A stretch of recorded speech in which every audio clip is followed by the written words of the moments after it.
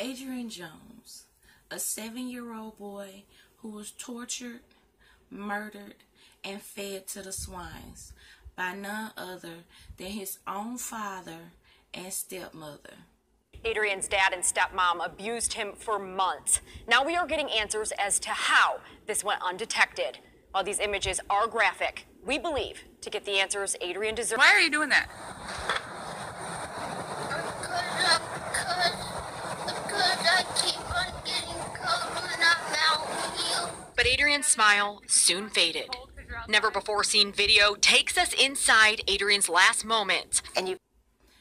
Michael and Heather Jones received custody of Adrian years before his death. He was taken away from his biological mother for neglect. Well, it seems as if the state didn't call the shots right on this one either, because now there's a precious 7-year-old that is no longer amongst us. Here's what happened. I have a lot of sleepless nights now. Jen Hoovers, the Joneses' former landlord, is one of the few people who knows exactly what happened to Adrian. After the couple's arrests, Hoovers says Heather gave her access to her iCloud account. Well, she wanted me to get in and save pictures of her kids. But instead, she found gruesome images. As soon as I opened iCloud, I saw pictures of Adrian and his abuse. The haunting footage lives in Hoover's memory and in a file on her computer labeled House of Horror. Hoovers took the evidence to police, then to Adrian's grandmother. She's now sharing it with us. The click of a mouse shows a household under constant surveillance, cameras in every room. Mike and Heather watching Adrian's every move, even photographing his abuse. Every angle, pictures of his body and how bad he was in the last few weeks. The abuse began with Adrian standing for hours at a time with his hands in the air, but quickly escalates. They'd strap him to inversion tables or make him stand outside all night or in the cold, holding tiki torches. Why are you doing that? Because I keep on getting cold when I'm out here. So you eat out of the trash because you keep on getting cold because you're outside? From a seemingly healthy Adrian to an extremely thin 7-year-old. The last days and hours of Adrian's life spent stripped and confined to a shower stall, left outside overnight to stand in a filthy pool. What should be a safe place for a child, Adrian's home, became a prison. The little boy often placed in handcuffs and left in the backyard. A lot of swelling from being strapped to the inversion table and handcuffed to the wall, and a lot of scratches and stuff from probably trying to get out. Each heartbreaking photo and video time-stamped. And how long did this go on? From what I could see, about 9 months. Isolated from the rest of the world under the guise of homeschooling, Adrian died alone, strapped to a chair in the shower. His parents disposing of his body in a livestock pen. Michael and Heather Jones facing life in prison. I go to bed thinking about it, I wake up thinking about it. The Christmas before. So, as you see, this baby was tortured, living in filth. Can't believe it. That filth includes dead mice, rat poison, syringes, and bullet holes. Tonight we are getting a first look inside the home where police say KCK parents killed their 7-year-old son. Police found human remains in a livestock pen at the property on Thanksgiving Day. Now the boy's parents, Michael and Heather Jones, are charged with murder. And tonight, He wasn't eating. He was rummaging through the garbage cans just for food.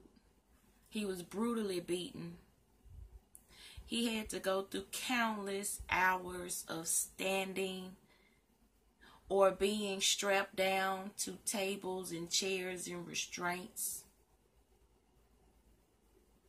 His last breath was taken, strapped into a chair inside of a shower. They left his dead body in the shower for 2 weeks before they fed him to the pigs. In those 2 weeks, Michelle and Michael went and bought pigs, didn't feed them for, at least like a week, and then fed Adrian's dead body to the pigs. But the thing that really just bothers me, Not only was DCF called by Miss Conway, Judy Conway, Adrian's biological mother's mother. So Adrian's grandmother called DCF, she say at least twice.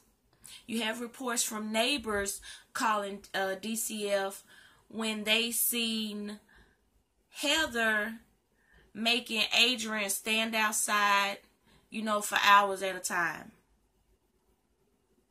They had this child in a dirty pool filled up to his chin and made him stand out there for hours at a time. And it seems like he might have been stripped down out of his clothing. That's sad. That is so sad. They homeschooled the kids so that the kids wouldn't go to public school, especially Adrian, with scars and the bruises. And as you see, Adrian's body was so swole. He barely could hold himself up at the end. He went from chubby face and plump to just skin and bones.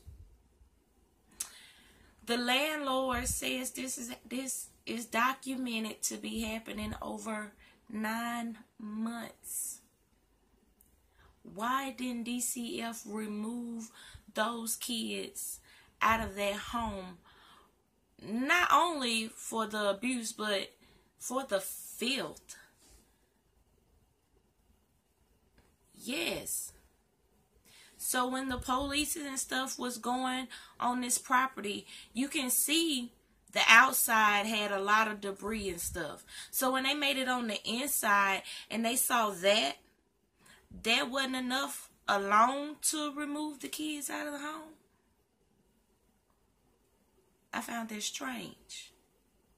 I feel like Kansas DCF need to step their game up. Not only did they find the house in that condition, they also found a third adult living in the home with Michael, Heather, and the kids.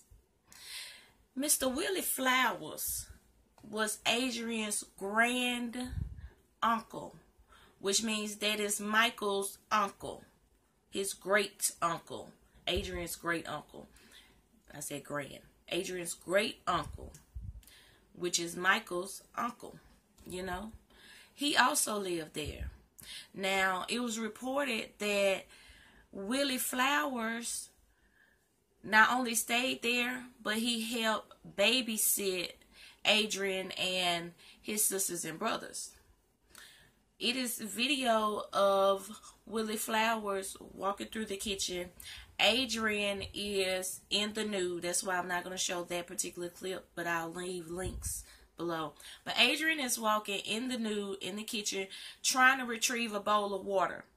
He, basically hears someone's coming, so he ducks down as if like he's not supposed to be in there. And of course, I'm quite sure he's not because he was naked. Mr. Willie Flowers walked by. As soon as he passes Adrian, Adrian darts out, with the bowl of water and runs. So, that didn't sit well with a lot of people.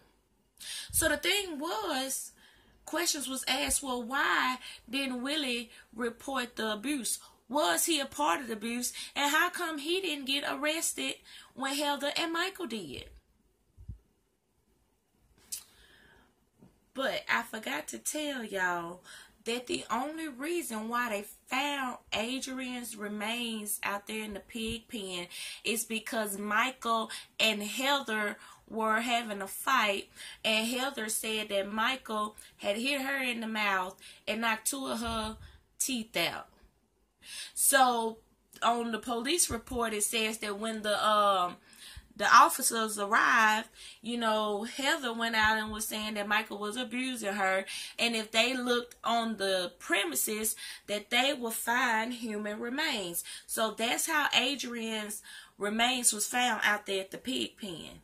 Okay, now back to Willie Flowers. Why didn't he have to go to jail?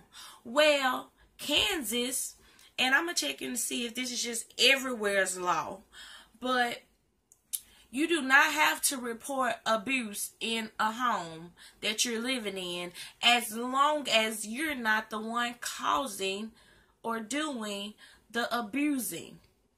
I mean, that's crazy. So you could just be sitting in the car in the parking lot and your two friends go in the store, and in the midst of them going in the store, they decide to rob the place, and they get in the car with you. All three of y'all go to jail, and you catching a conspiracy or whatever, because accessory, because you were in the car. But you don't get charged if you're in the home when a child is being abused and later dies. You don't have to report that.